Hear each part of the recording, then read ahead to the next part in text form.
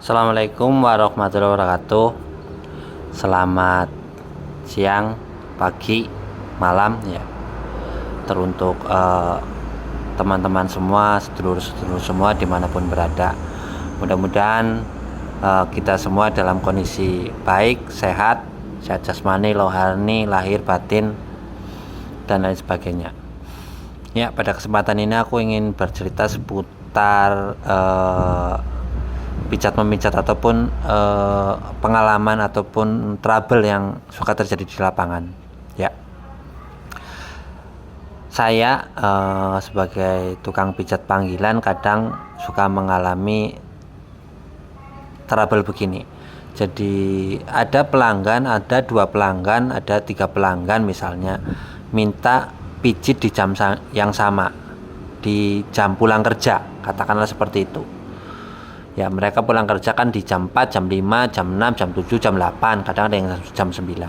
Nah, mereka biasanya senang pijat itu setelah lepas maghrib ataupun setelah jam 6. Ya.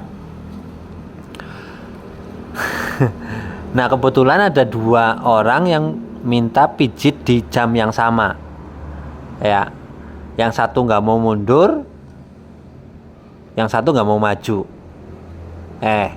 Yang satu nggak mau maju, yang satu nggak mau mundur.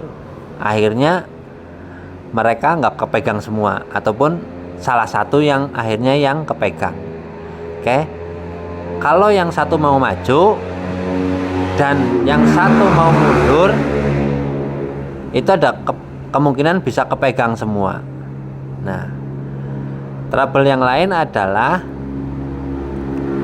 ketika mijit di tempat malam ini udah janjian nih di tempat si A sama si B nih misalnya. Nah, kita mijit di tempatnya si A. Ya.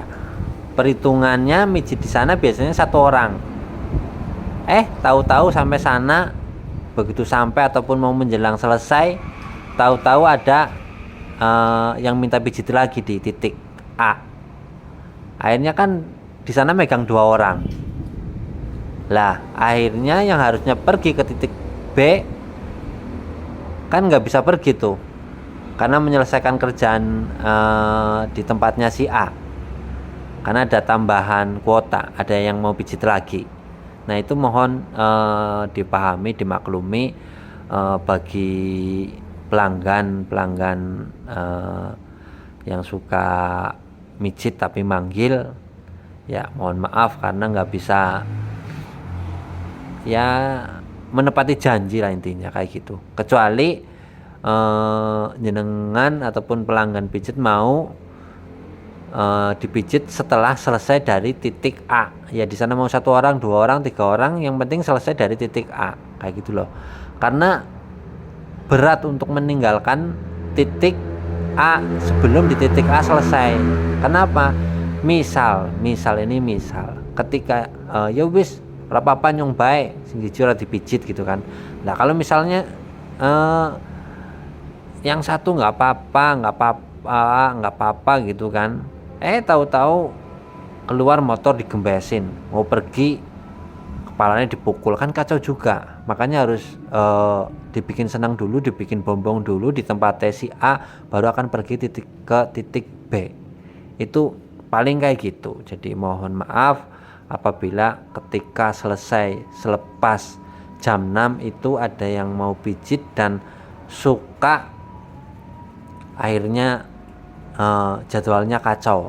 Jadi mohon dimaklumi, mohon dimaafkan. Saya sebagai terapis panggilan begitu adanya.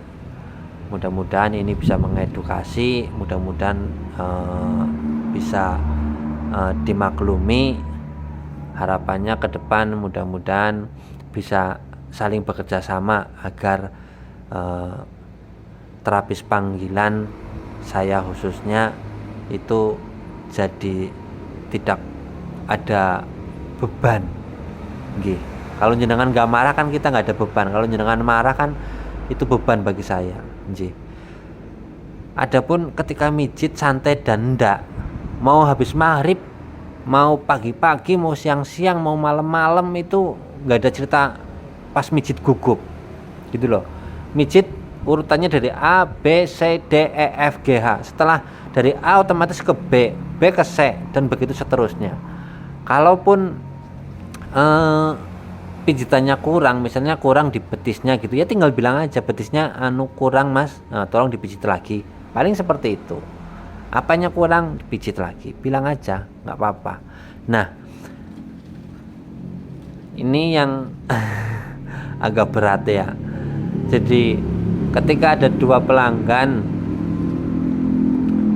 di jam yang sama ataupun pelanggan datang berbarengan di waktu yang sama, otomatis terapis pijat panggilan itu akan mengutamakan mereka-mereka yang fee-nya ataupun uangnya lebih besar, ataupun yang mereka senangi yang mana dulu, itu yang akan mereka dulukan, begitu ya. Jadi itu saja sedikit ya keluh kesah lah, intinya keluh kesah, edukasi untuk sedulurku semua, untuk teman-temanku semua. Mudah-mudahan ini bermanfaat. Kalau mau komen-komen silahkan komen sebanyak-banyaknya di bawah, agar kita sebagai terapis pijat panggilan bisa lebih baik lagi ke depannya. Terima kasih. Assalamualaikum warahmatullahi wabarakatuh.